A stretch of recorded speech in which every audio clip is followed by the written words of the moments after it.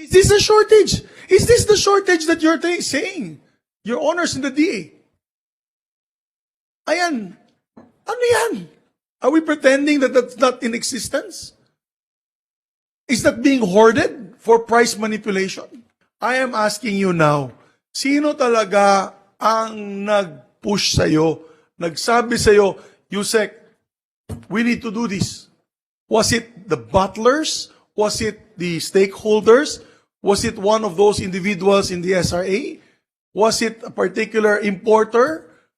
Or was it just your own decision? Because I can't believe it was just your own decision, Your Honor, because again, you're a stickler for data. I have the data right here, which contradicts what you said. We're conducting this hearing to see if we have any malfeasance, usurpation of authority, or what have you, illegal acts identified under the Graft and Corrupt Practices Law, Mr. Chairman, particularly on this issue on SO4. Mr. Chairman, I'd like to, first of all, the onset of my statement, say that Usec Sebastian is a well-respected member of the agri community. I just came from Los Baños celebrating the 100 years of UP Ranchers Club. Ako po ay member ng rodeo team dyan. At lahat ng kausap ko po doon, kaibigan niya po, si Usec Sebastian, has nothing but high praise for the gentleman. So I feel that the conduct of the Usec on this particular issue was not his and his alone. That's why my question, Your Honors, is sino po talaga umudyok sa'yo na kailangan po natin mag-import? I mean, you're new to the industry, Your Honor. You're new to the department. Am I correct? You're less than 1 year in the department? You're just a few months old, no? Is that correct, Usec?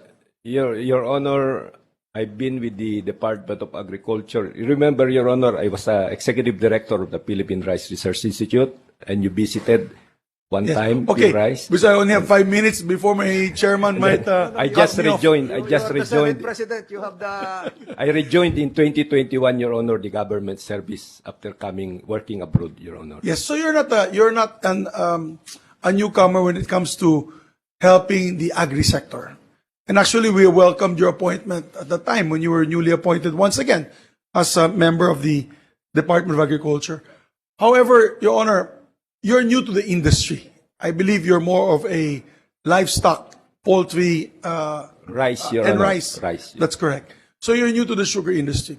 So there must have been external factors to convince you to import this or to sign sugar importation order. Was it the administrator, his co-administrator, his members of the board, who somebody had to convince you? You cannot just sign the order without them showing you the data, particularly on the lack of sugar supply. Am I correct in saying that it was the administrator and the board, or who in the board convinced you about this sugar order number 4? Your Honor, you mentioned that I work in the agriculture sector and the R&D specifically, and I'm very, for me, Your Honor, data is very important for me in making decision. So I studied the data that was presented to me by SRA. We also did our own data analysis in the Department of Agriculture, and it convinced me, Your Honor, because I always make my decision also based on those things, that there is really a big problem when it comes to the supply of sugar, that we have to act or do something, Your Honor. Okay, So, Usec, you're saying that you're utilizing the data. I have with me here this document coming from the SRA insiders themselves. The data is very clear. I do not know if they hid this from you. I do not know if you're familiar.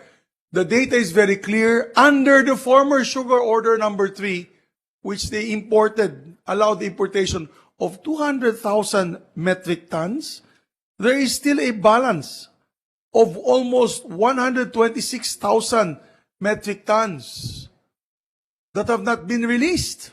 This is as of August 12, that have not been released yet. So what shortage are we talking about? Di nga nare-release itong asukal na ito.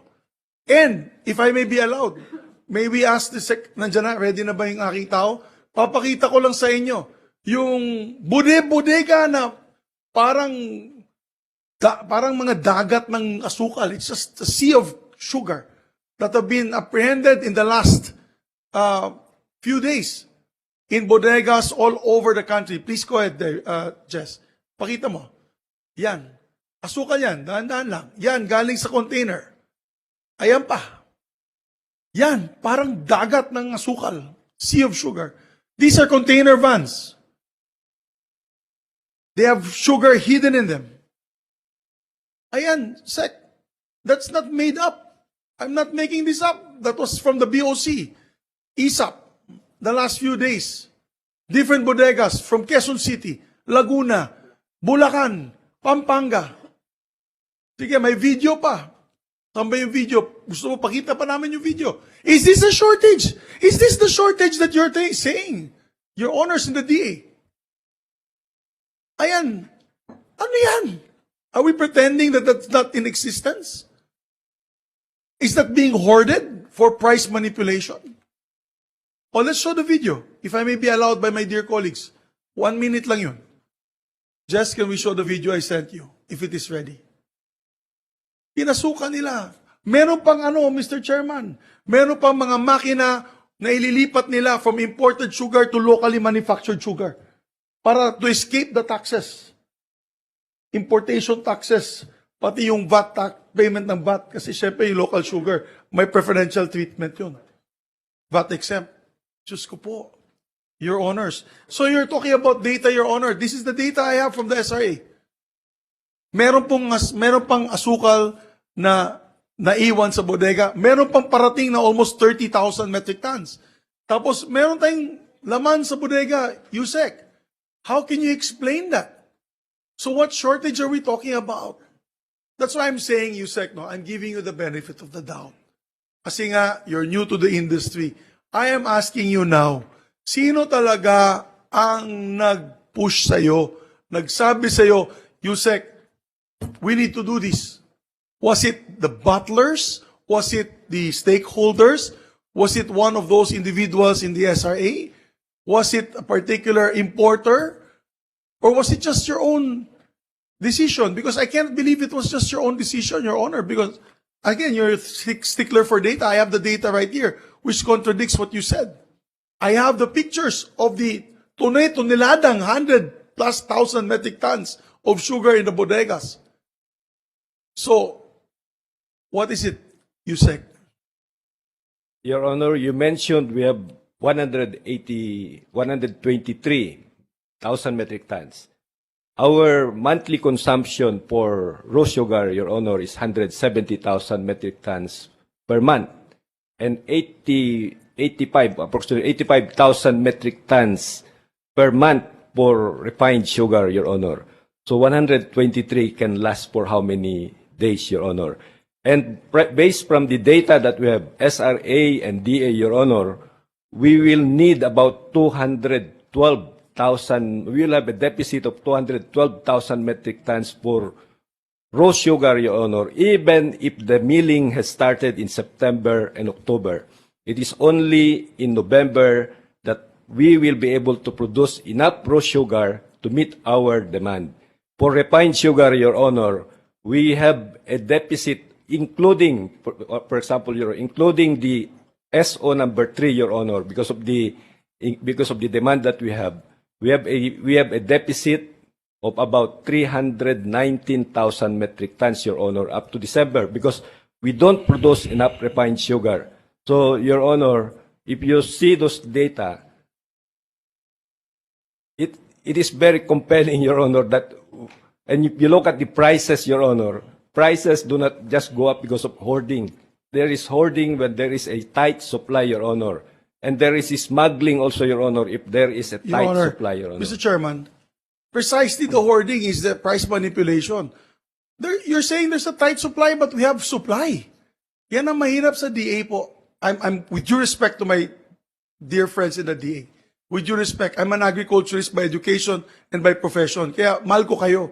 Pero parang business as usual, hindi na wawala yung hoarding. Frustration po namin ni Senator Villar, wala pong nakakasuhan pa sa illegal smuggling at hoarding. Hanggang na yun, wala naman tayo nakikita. Pero yan, nakita na po natin. They're shouting supply. Release that sugar. Hindi naman yan gumagalaw eh.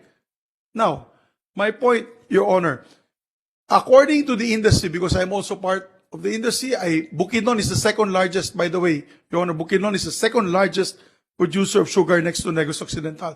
So maraming apektadong magsasaka pag bumagsak ang presyo ng asukal dahil sa sobrang importation.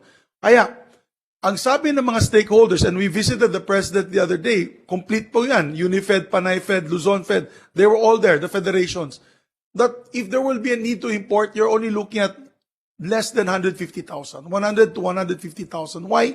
Nag-umpisa na po ang Negros Occidental ng milling. So mangyayari, pagpasok nito ng October ng 300,000 metric tons as your plan under SO4, nagka-milling na, nagka-leche-leche na dahil meron na tayong local production, meron na tayong napakaraming imported rice at sugar from Thailand. Bagsak na bagsak ang presyo. Ang kawawa dyan ang mga magsasaka. I believe you were misinformed on the amount because I was told that they were not, the stakeholders were not informed. I do not, that is the problem, Your Honor, Mr. Chairman, when you say, oh, we had notified the stakeholders. Sino-sino yun? Dalawang tao? Tatlong tao? May Sugar Alliance eh. Hindi po kayo nagtawag ng Sugar Alliance meeting.